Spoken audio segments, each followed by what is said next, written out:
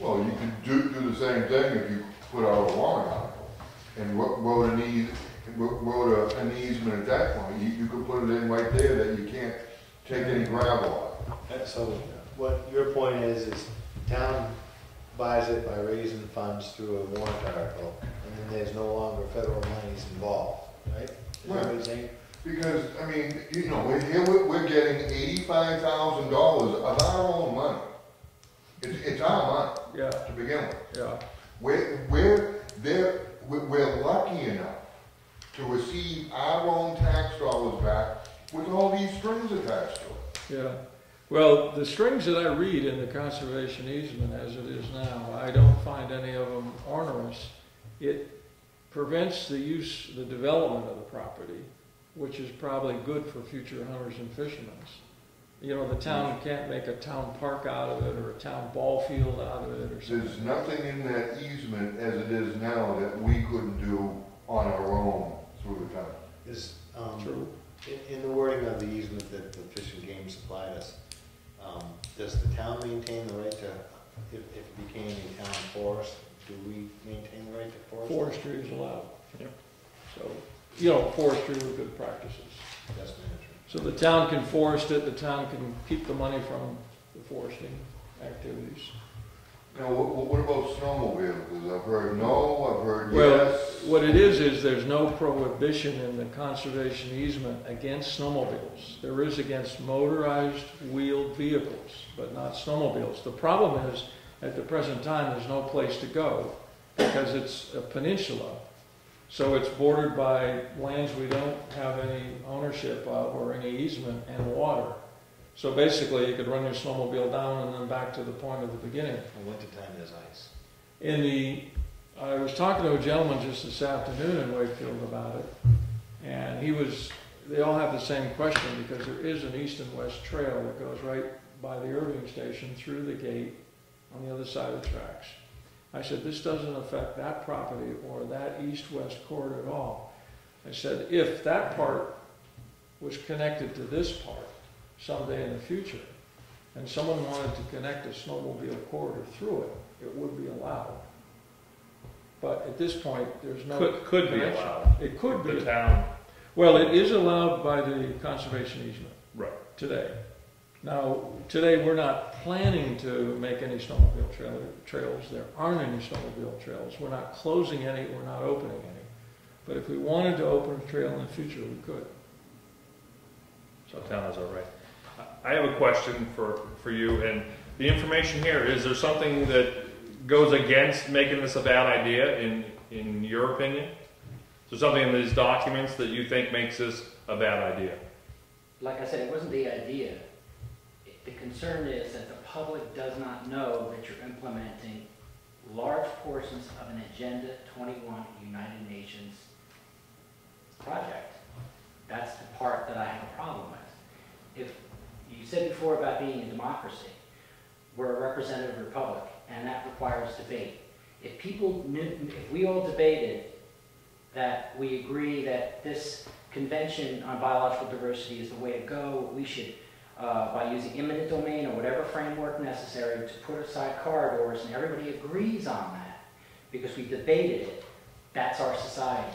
But the fact that people do not know that that is what you're implementing worries me, especially when you have an 11% approval rating of our government in Congress and 192 other countries in the world who are probably equally corrupt got together to create this biological diversity convention, and here we are trying to implement it. That's what worries me, not the idea. Well, what I'll do, and I think the other commission members will, is take this home and look at it and do some research into it before we are back to discuss this in the future. Ralph? Is the conservation easement deed, the proposed conservation easement deed, open to the public? I mean, does everybody in town have an opportunity to review the proposed conservation easement deed? We've had copies out and available. The selectmen had it, the town administrator had it. We've emailed it to every member. Anyone who asks for it can have it. You had maybe it was before your email was hooked up. I recall getting it. but It was a long time ago. It goes way back. It's from Rich Cook. We mailed it to me and I bounced around. I could bounce it around again. Yeah, because I don't, It I might have don't been, recall seeing it. it might have been before we got you on the email hookup. Rich had tailored it specifically for Wakefield for those scout activities and things that we asked for. So let's look at this material and Would you like to see a copy of it? Sure. we'll talk about this again. I get you. Thank you. Okay, Union Meadows. So what I'm basically giving you guys a heads up is the 12th of December, we may have a decision from LCHIP. We may be in a position to consider making an offer. Your options are to make an offer on this property or not, and to what price you would like to offer. There's one other option. We have a letter that shows Land Tech being the owner's representative. There's some aspects of that makes me a little uncomfortable, but I'm wondering if we do tender an offer, I would like to get it in words in writing. I would like to put, you know, we have certain conditions. For instance, if we make an offer counting on some money from Fish and Game or LCHIP and they don't come through for some reason, you know, like for instance, LCHIP could say, well, we were going to give you 50 because the price was that, but you offered a lower price, so we're not going to give you the 50. We're only going to give you this much or something. So what I think we need to do is to make an offer contingent on the expected funds being secured, because at this point they're unsecured funds. I guess why I look at our fund that we have for the Conservation Commission is if we seriously want to conserve this property, we would rely on ourselves to do it. And then if, you know, I mean, if other people want to step in and help, then we could regain those funds back. But if, I mean, that's, I guess. The funds we have come from two sources. One is the conversion of current use, which isn't happening too frequently in this economy, but hopefully it would again. And the town has voted for us to get 100% of the conversion, the tax money, which can be substantial for a big project. The thought behind that is that if you're taking some land out of current use to develop it and you pay this penalty in taxes, that then you offset it by buying some conservation land and preserving it so it won't be developed. So it's a balance. It's just like the mitigation when they put Route 16 right through a swamp. They had to go out and make some improved wetland project somewhere to mitigate the fact that they buried some wetlands. By their own rules, you cannot do that, but they did, so they had to do an offset. The other possibility is that when we look at the money we have, if we want to offer more money than we have, we could not make an offer and we could do a warrant article. A small portion of the money we have is left over from a warrant article that was approved by the voters.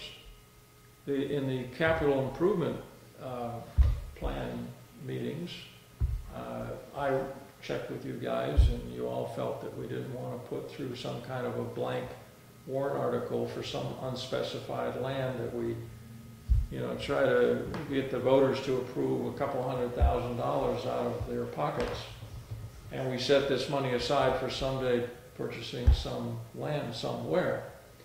The alternative is to put a warrant article that's specifically for a specified piece of land for a specified price so that people know exactly what the deal is. So if we did not make an offer and wanted to wait, or we felt we didn't have enough money, or we made an offer and it wasn't accepted, we would have the option of seeing if the seller would be patient, and we could put a warrant article out to raise more funds. People could make a direct contribution. You know, some guy felt like writing a check. But, you know, the kind of money we're talking about, it would take an awful lot of small checks to make a difference. So anyway, these are all the things that are up in the air. I just want to throw it out. And we'll have a RSA 91A meeting, and we'll consider all this. And theoretically, our negotiations and what offer we make is supposed to be private And if it's accepted, then we would have a public hearing, and then we'll have something, you know, if we have an accepted offer, we'll have a figure. So that's where we are on that. Anyone else think of any other aspects of Union Meadows that we need to talk about? I just like the idea of no strings attached. No strings attached. Well, the thing is, no smoking mirrors. you're like between a rock and a hard place. If we do not buy the property, some guy wants a big estate, private hunting preserve or something, could buy it and post it the next day, and that's the end of the public use of that property. But the likelihood of that happening in today's economy, the McMansion days, I think, are you know, over for a while. I don't think someone's going, I mean, could it happen? Yes, it could.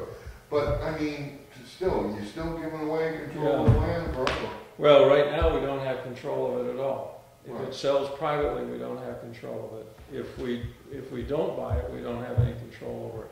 If we buy it with a partner in the Fish and Game, yeah, there's some strings attached. L-chip, I don't think has any strings. L-chip just grants you the money. So we might have been better going for the full 125, and we wouldn't have to use Fish and Game. Well, when I filled out that application, you know, I know. it was done, you know, at the last minute. We didn't have a lot of time to consider it, but my theory on that was if you ask for a lot, you could get thrown out. If you ask for a small amount. If somebody, you know, if I was at the table and I say, look, I can get these 3 properties, you know, under conservation for the same money as that one, maybe I'll get the 3 smaller projects. So I made a modest request when I picked a number of 50,000. So my thought was, you know, someone will say, look, we can do all this in 3 different towns for the same money. I'd also like to throw in the idea that what happened up on Wichita Road, the taxpayers were told one thing, and all we actually ended up with was a purchase of development rights, no public access. So that, in my opinion, was a misuse of our tax dollars. Yeah. Instead of having our town government or the federal government or the state government control a parcel, I'd rather see taxpayer access available. Well, that, you know, there's no strings on that because we have no control over its private property. So if you want help purchasing something and you get the federal government involved, you get a few strings, and you may be worrisome or not, depending on your position. What happened in the past happened in the past, and I think from the workshops that I've been to, and probably the ones you went to a couple of weeks ago, the general rule of thumb is if you spend public money, you should require public access. And if you don't spend public money, then you really don't need to require. Which brings us to the next property. All right. Acton Ridge easement. Okay. The town could possibly spend as much as $2,000. This is a gift grant of a conservation easement for the Duchesne property on Acton Ridge Road. It's 34 acres, and they're granting us, but we need to do a little bit of legal work, and we need to record the documents. So I would say minimum $500 or $600 it's going to cost the town. Maybe maximum, just kind of around $1,800. It's had recent title searches, so that shouldn't be too much of a problem. Survey. It's had a survey.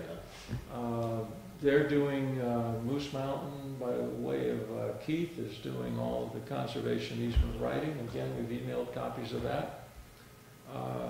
So it's really a matter of the town just checking the easement, checking the documents, knowing that they really do own it, you know, no infringements or anything on it. So is it something that we need to make a motion to appropriate the funds from our conservation? I was hoping to do that at the last selectmen's meeting, but I guess they were busy.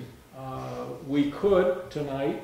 It may make not a lot of difference, but I think as a matter of protocol, I think that we could make a motion to recommend that the town accept this donated easement, and we could make that recommendation to the selectmen. I mean, would that Who's recommendation. paying the